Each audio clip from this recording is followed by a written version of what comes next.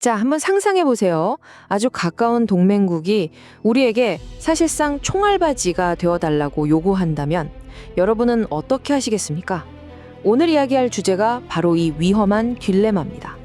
미국이 호르무즈 해협 파병을 요구했을 때 한국과 일본이 어떤 깊은 고민에 빠졌는지 한번 들여다보겠습니다.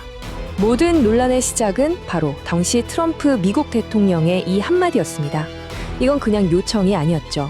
동맹국들을 향한 아주 노골적이고 강력한 압박이었습니다. 네, 바로 이 질문.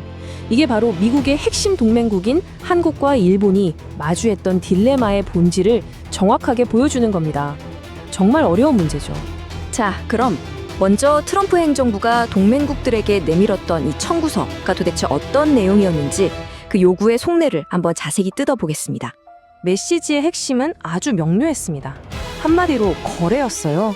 호르무즈 해협을 통해 원유를 수입하고 또 미군의 보호를 받고 있다면 이제 그 대가를 내라는 거였죠. 그것도 다른 무엇도 아닌 직접 군대를 보내서 말입니다. 이런 미국의 강력한 압박에 대해서 한국은 그럼 어떻게 반응했을까요? 이걸 한 단어로 요약하면 극도의 신중함이었습니다. 정부의 첫 반응은 일단 급브레이크를 밟는 거였습니다.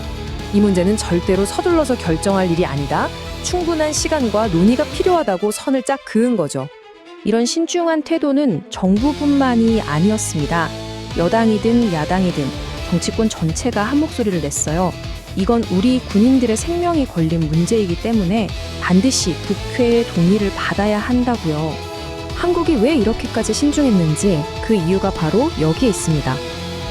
예전에 청해부대도 소말리아에 파병했었잖아 라고 생각하실 수도 있어요. 이게 완전히 다른 이야기거든요.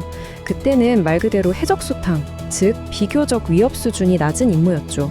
하지만 이번 호르무즈 파병 요구는 차원이 달랐습니다. 이건 국가 대 국가의 전면전까지 각오해야 하는 정말 목숨을 건 고위험 작전이니까요. 자, 한편 바다 건너 일본도 또 끝진 요구를 받았습니다. 그런데 일본은 우리와는 또 다른 아주 독특한 제약 때문에 골머리를 앓고 있었어요. 바로 헌법 문제였죠. 일본의 발목을 잡고 있는 건 바로 이 집단적 자위권에 대한 해석입니다.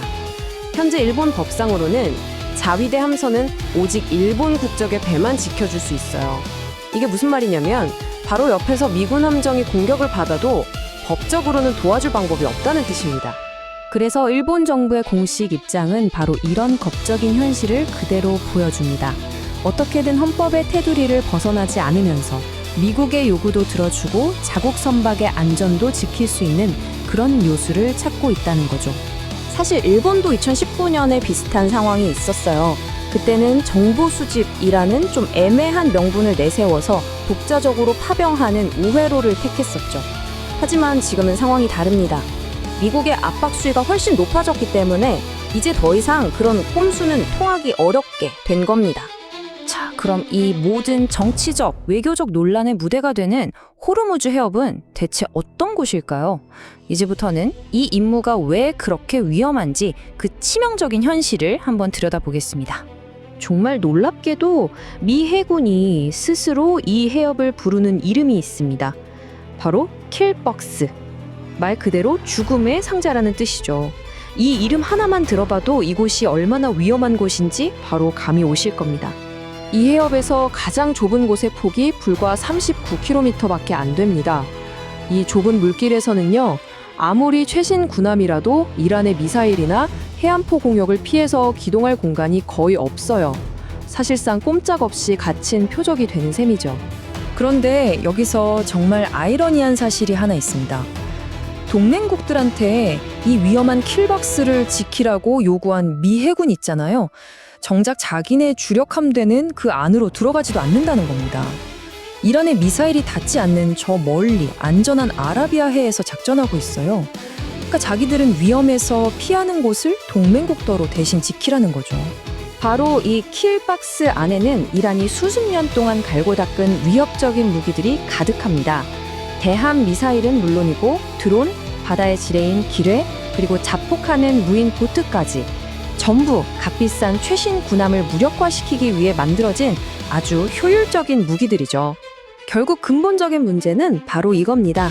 임무와 장비가 맞지 않는다. 현재 파병 가능한 한국의 청해부대 함정은 해적을 상대하도록 만들어진 일종의 해상 경찰 같은 존재예요. 미사일과 기뢰가 날아다니는 진짜 전쟁터에서 살아남도록 설계된 전사가 아니라는 거죠.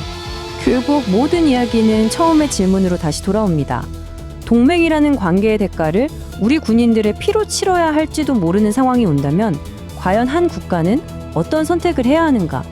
이건 한국과 일본 두 나라 모두에게 정말 쉽지 않은 무거운 질문으로 남아 있습니다.